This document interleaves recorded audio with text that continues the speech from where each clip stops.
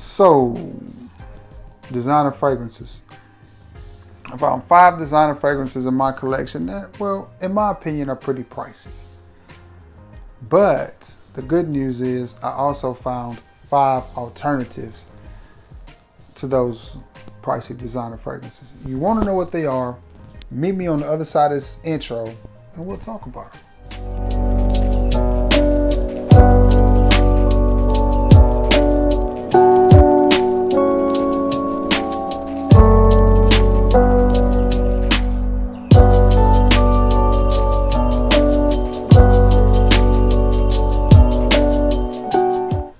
What's going on, everybody? It is your boy LL Cool Trey. That's right. Come on, say it with me. Say it with me. Trey Belafonte. That's right. Oh man, we got a little bit of a cologne review, a little bit of discussion for you. You know how we do it on this channel. We keep it easy and breezy, baby. Hold on, let me just. Perfect. Man, y'all have to excuse my shirt. This microphone messes up everything. Plus, I'm built kind of funny because my shoulders and everything. Anyway, microphone messes up my shirt. Anyway, listen. I found 10 fragrances in my collection that you got to know about. Now, check this out. What we're going to do in this video, 5 of these fragrances are expensive. 5 of them are not. So what we got here is designer expensive and a inexpensive counterpart that will give you the same vibe, same feeling, same energy. Because let's face it, man, it's all about that vibe and it's all about that energy. So no further ado, let's get right into it. The first fragrance I want to talk to you about is from the house of Mugler, and is this one, Pure Havane. And this one is a nice honey, tobacco-y type of scent, and it can be pricey, as no Mugler fragrances are inexpensive. This is no exception. Now, there is a much cheaper counterpart to this tobacco honey type of scent, and it is from the house of Insurrection Pure, and it is wild. And I like this fragrance. I may actually like this one a little bit more.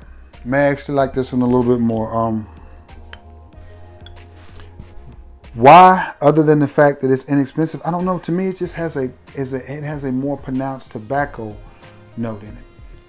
You know, I don't know. It's really, really close. This one may actually smell better than this one. I don't know. Nonetheless, you can't go wrong with either one of them. But if you like this fragrance and don't want to shell out a buddy up the dough that this one costs, then go online and order this bad boy, Insurrection Pure 2 Wild, and you're gonna get a nice, sweet, honey tobacco type scent with great presentation. Bottle looks good. Love the gold cap. Beautiful car. Beautiful fragrance. I was thinking as I did this reminds me of some of those old box Chevys. It seemed like Chevy made those old Chevys in their color, and that's what I was thinking about, and it came right out my mouth. I'm telling you, if y'all want a perfect reviewer, I'm not it. You're going to get bloops, blunders, and you're going to get them as they come. It is what it is. Hey, that's the Belafonte way. Listen, now we're going to flip it. We're going to go to the inexpensive end first. And it may throw y'all off a little bit, but because some of my reviewers are very savvy. Some of my reviewers, man, I'm messing up. Some of my subs are very savvy. I'm the reviewer, sort of. Anyway, the fragrance that I have in my hand is from the house of Perry Ellis, and it is Perry Ellis M. I don't know if it's 360 M or just M. I don't know. It's not in the 360 bottle, but it's very similar. Yep, that's similar. So what fragrance am I thinking that this is a cheaper alternative to? As you can get this bad boy anywhere from $12 to $15 to $20, depending on where you get it. This bottle was around 19, 20 bucks. When I picked it up. I used to see it in the rack stores frequently, but I haven't seen it in a while. I haven't seen it in the wild in a while. So your best bet may be to go to either fragrance.net or Fragrance X or somewhere like that and see if you can get it. But this is Perry Ellis M. And the fragrance that it reminds me of, or it is a cheaper alternative to from the designer world, and it is Chanel Allure Homme. Not to be confused with Chanel Allure Home Sport. Oh man, I gotta give myself a little bit of this. I don't want to waste no spray. Man, that kicked hard. That came out hard. Yep. They're similar. They're similar. It's all about the energy and it's all about the vibe. Again, Chanel makes great products. I've talked to several people that clone fragrances for a living, and they say Chanel is the hardest.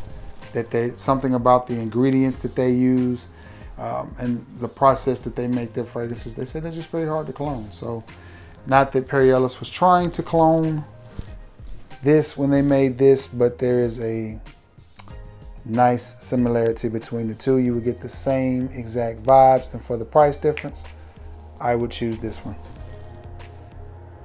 For the price difference. Now, they both smell really, really good. This is a nice, sweet, sexy, romantic, cooler weather. I mean, I hate to say cooler weather because you can wear this one in this. You can wear either one of these in the summer. To me, they just remind me of a nice, romantic date. You know, you got your little lady friend. You want to take her somewhere. You know, she been acting right, so she didn't upgrade it from the Sizzler. Then, you know, you want to take her. You know, maybe now it's time to upgrade to the Huddle House. Then, bam, you take her to these. And I kid about that, but honestly, if a chick is into you, she'll go anywhere and eat with you, just to be with you. Just saying. You know, if you got one of them chicks that won't go certain places and eat, she's not the one. But nonetheless, Chanel Allure Homme and Perry Ellis M, very, very similar. These next two from the house of Dior, and it is Dior Savage. And that fragrance needs no introduction, nor does it need a description of how it smells.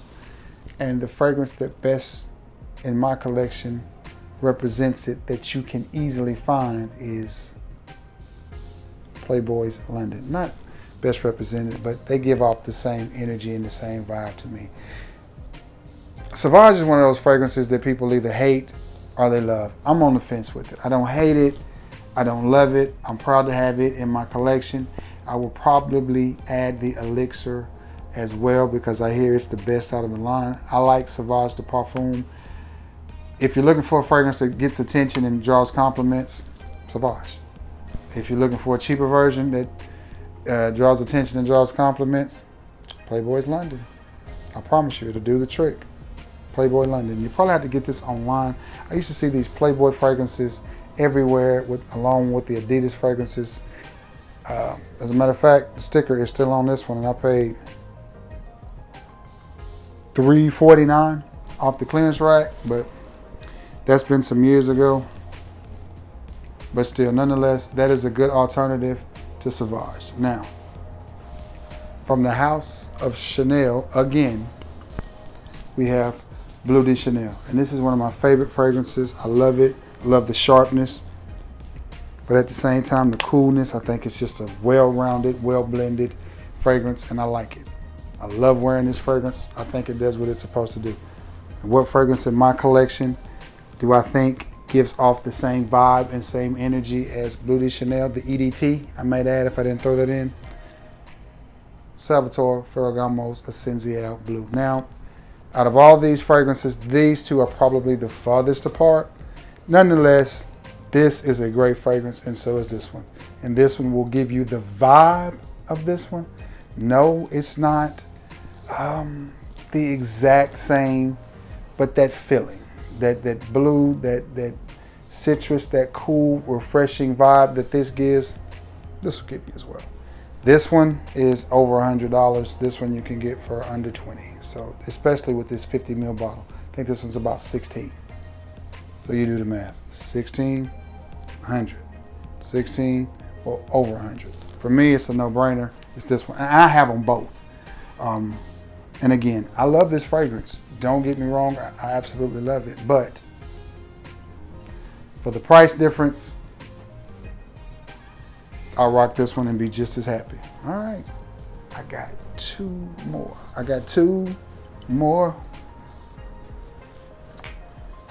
Again, from the house of Dior, we have Fahrenheit.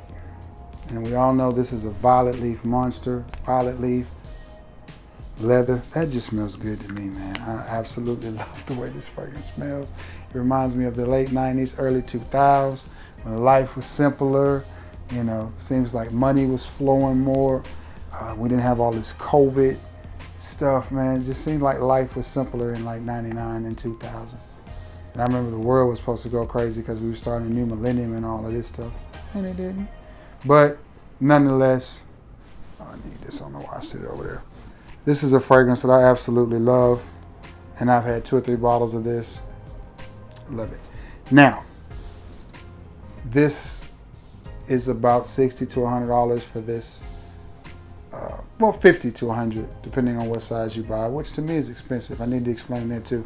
To me, once you get north of $30, you're getting into pricey territory. And I know y'all probably thinking, Trey, you know, you got fragrances out here that's $100, $150. Yeah, those are real expensive.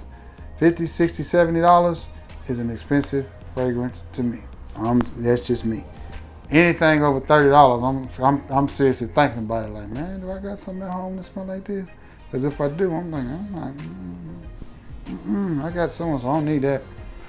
That's just the way. I mean, I got other things to do with my money, so I don't need a lot of redundant fragrances. And when you got 400 or 500 of them, it's hard not to be redundant. You know, it's like Cologne City up here. It's like, you know, Belafonte's Cologne Emporium up in there. Anyway, I digress. The fragrance that most reminds me of this fragrance, and ain't no most remind me, if Bleu de Chanel and Salvatore Ferragamo's Essenziale Bleu are the farthest apart, then these two are probably the closest. Fahrenheit, Beverly Hills 90210 Metal Jeans. I paid like $4.99 for this fragrance, okay? And it's actually more wearable than this one. Now, the openings are slightly different. You're not gonna get, you know, 100% this unless you buy it.